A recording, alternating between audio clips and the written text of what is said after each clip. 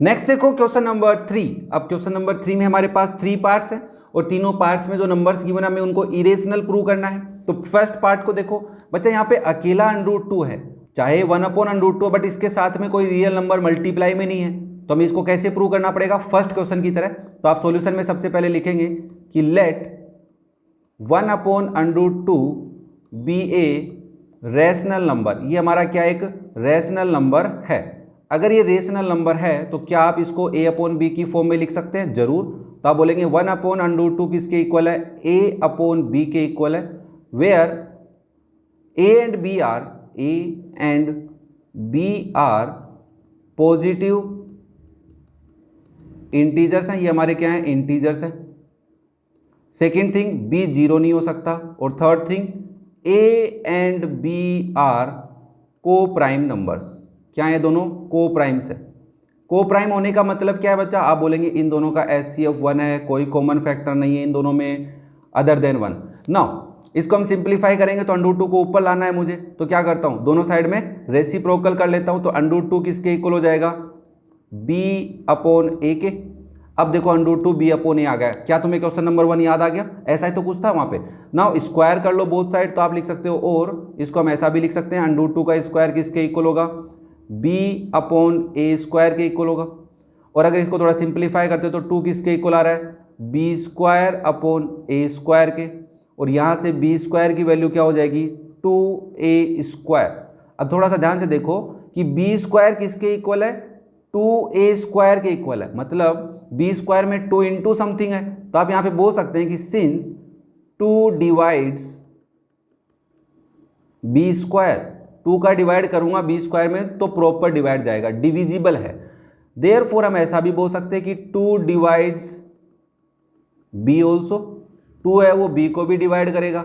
Okay, now इसको मान लेते हैं इक्वेशन नंबर 1 और लेट कर लेते हैं कि b की वैल्यू जो है वो 2 इंटू समथिंग है, 2 इंटू समथिंग। तो मान लेता हूं मैं यहाँ पे कोई इंटीजर c, तो आप लिख देना where c is any integer. May be यहाँ पे आप पॉजिटिव इंटीजर लिख दोगे तो भी गलत नहीं है, आप पॉजिटिव इंटीजर भी लिख सकते हैं। नाउ अब ये जो b की वैल्यू इक्वेशन 1 में पुट कर देते हैं, put value of b in equation 1।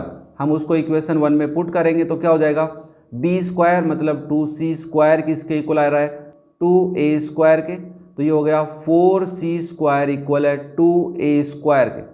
अब यहाँ से अगर मैं a² की वैल्यू निकालूँ तो 2 का डिवाइड जाएगा। अब आप मेरे से पूछ सकते हैं कि सर क्यों आप a² की वैल्यू निकाल रहे हैं? मैंने कहा b के अंदर मेरे को पता चला 2 का डिवाइड जा रहा है, तो मैं यहाँ पे ये शो करना चाह रहा हूँ कि a के अंदर भी 2 का डिवाइड जाएगा, तो इसलिए मुझे यहाँ पे a² की वैल्यू चाहिएगी। तो आप इसको थोड़ा सिंप्लीफाई करेंगे तो देखो आपके पास है 4c² किसके इक्वल है? 2a² के।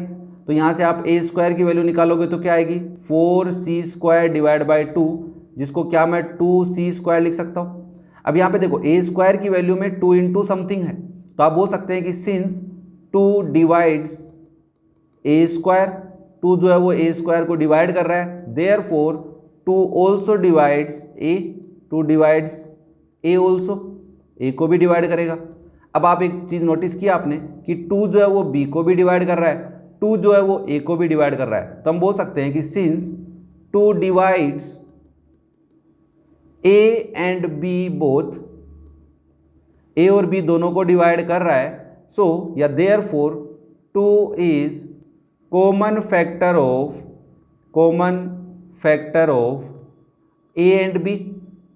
बट हम तो ये लेट करके चले थे कि a और b तो को प्राइम है, तो हमने कहा this contradiction arises due to our wrong assumption. हमारे गलत मानने से ऐसा हो रहा है भाई, तो हम इसको सही बोल देते हैं। हमने जो माना है वो गलत है तो उसका उल्टा सही होगा। तो आप लिखेंगे सो 1/√2 इज एन इरेशनल नंबर। ये हमारा क्या है भाई? इरेशनल नंबर है। क्या ये बात पकड़ में आई? सेम क्वेश्चन नंबर 1 की तरह प्रोसेस है, बस थोड़ा सा एक स्टेप बढ़ी है यहाँ पे कि 1/√2 था उसको बस √2 बना लो। तो उधर भी रेसिप्रोकल करो। LHS में अगर आप रेसिप्रोकल कर रहे हैं तो RHS में भी क्या करना पड़ेगा? रेसिप्रोकल। ओके, तो ये था पार्ट 1। नेक्स्ट देखो पार्ट 2, 7/5 दे रखा है। मैंने तुम्हें बताया था कि बच्चा अंडर के साथ एक नंबर मल्टीप्लाई में मिल सकता है तुम्हारे को, तो आपको क्या करना है, सिंपल सा प्रोसेस है इस टाइप के क्वेश्चन के लिए। तो जब प्लस माइनस वाला आ जाए, मल्टीप्लाई वाला आ जाए ना, तो वो तो ईजी है। आप सबसे पहले लेट करेंगे कि let 7√5 be a rational number, ये हमारा एक रेशनल नंबर है, और अगर ये रेशनल नंबर है तो हम इसको a/b की फॉर्म में जरूर लिख सकते हैं। तो 7/5 किसके इक्वल हो जाएगा, a/b के इक्वल। तो आप यहाँ पे बताएंगे कि where a and b are positive integers, ये हमारे क्या है, पॉजिटिव इंटीजर्स है। सेकेंड थिंग b 0 नहीं है, और third thing a and b are coprime, a and b are coprime. Coprime का मतलब तो आई थिंक क्लियर हो गया तुम लोगों को, क्या होता है भाई। तो आप बोलोगे सर इन दोनों का HCF 1 है, 1 के अलावा इन दोनों में कुछ कॉमन नहीं आ रहा है ना। अब इसको सिंप्लीफाई करने के लिए √5 को इधर ही रखो, 7 को उधर भेज दो, तो हो जाएगा a/7b। हमने कहा सुनो भाई, a इंटीजर है तो न्यूमरेटर इंटीजर है, b एक इंटीजर है, उसको अगर मैं 7 से मल्टीप्लाई करता हूं तो एक इंटीजर ही मुझे मिलेगा। अरे 7 से किसी भी इंटीजर को मल्टीप्लाई करोगे तो आपको प्रोडक्ट क्या मिलेगा, एक इंटीजर मिलेगा। तो आप यहाँ पे बताएंगे कि since a and b are integers, a और b क्या है, इंटीजर्स है। ओके, तो अगर ये दोनों इंटीजर्स हैं देन हम ऐसा बोल सकते हैं कि a/7b is a rational number, ये हमारा क्या एक रैशनल नंबर है। और अगर ऐसा है तो आप बोलेंगे therefore √5 is a rational number. But तुम्हें तो पता है क्या कि एक फैक्ट है कि √5 तो इरेशनल है, तो आप लिखेंगे since √5 is a irrational number. ये तो हमें पता है, सिंस है ना लगाया हमने, सिंस का मतलब है कि हमें पता है। तो so this contradiction arises, this contradiction arises due to our wrong assumption, due to our wrong assumption. तो आप लिखेंगे so given number that is 7/5 is an irrational number. तो इसका मतलब है कि जो गिवन नंबर है वो इरेशनल, हमने गलत मान लिया था उसको। क्या ये बात क्लियर हुई भाई। तो ये था पार्ट 2।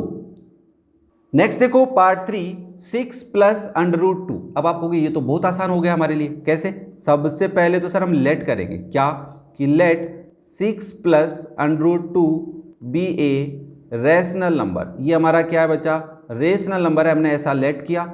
अगर ये रेशनल है तो हम इसको a/b की फॉर्म में जरूर लिख सकते हैं। तो 6 + √2 किसके इक्वल लिख दोगे, a/b। क्या मैं a/b लिखूं, नहीं, तुम x/y भी लिख सकते हो, p/q भी लिख सकते हो, m/n भी लिख सकते हो, कुछ भी लिख सकते हो, ठीक है ना। लेट किया, यहाँ पे दो वेरिएबल लिया अपन ने, a एंड b। अब यहाँ पे लिखोगे where a and b are positive integers. ये हमारे क्या है, पॉजिटिव इंटीजर्स है। और सेकंड थिंग b 0 नहीं होना चाहिए। Third thing a and b are coprime. ये क्या है, को प्राइम है। को प्राइम का मतलब तो पता चली गया होगा तुम्हारे को। तो हम इसको सोल्व करेंगे तो क्या लिख सकते हैं, √2 किसके इक्वल हो जाएगा, a/b - 6 के। RHS को थोड़ा सिंप्लीफाई कर लो तो √2 किसके इक्वल आएगा, एलसीएम लोगे b आएगा, तो ये हो जाएगा a - 6b।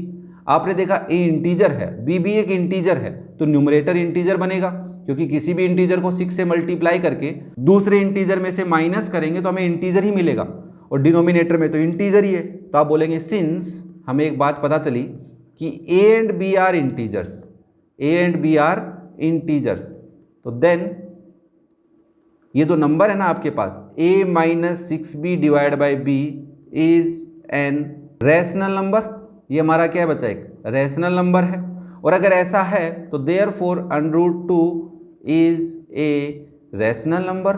ये हमारा क्या बनेगा, एक रैशनल नंबर। बट हम तो जानते हैं कि √2 इज ए इरेशनल नंबर। ये तो इरेशनल नंबर होता है, तो एक ऐसा क्यों हो रहा है बच्चा, आप कह रहे हो रेशनल है और आपको पहले से पता, एक फैक्ट पता है कि √2 इरेशनल है, ये क्यों हो रहा है, क्योंकि हमने गलत मान लिया है। तो आप क्या कहोगे, दिस कॉन्ट्राडिक्शन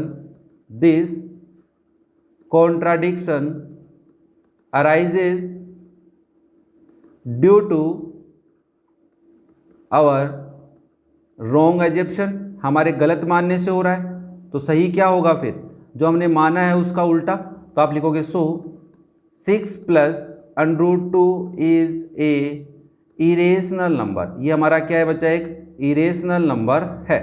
तो इसी के साथ आपकी एक्सरसाइज 1.2 कंप्लीट होती है। वीडियो कैसा लगा कमेंट करके जरूर बताना। अगर पसंद आया है तो लाइक करें, अपने दोस्तों के साथ शेयर करें और चैनल को सब्सक्राइब कर ले ताकि आपको क्लास 10th के सभी एक्सरसाइज के क्वेश्चंस का सॉल्यूशन, एग्जांपल्स का सॉल्यूशन और जो कॉन्सेप्ट है उसका वीडियो मिल सके। तो अगर आपको चेक करना है तो आई बटन और डिस्क्रिप्शन में लिंक्स आपको मिल जाएंगे, वहां से आप चेक कर सकते हैं। Thank you.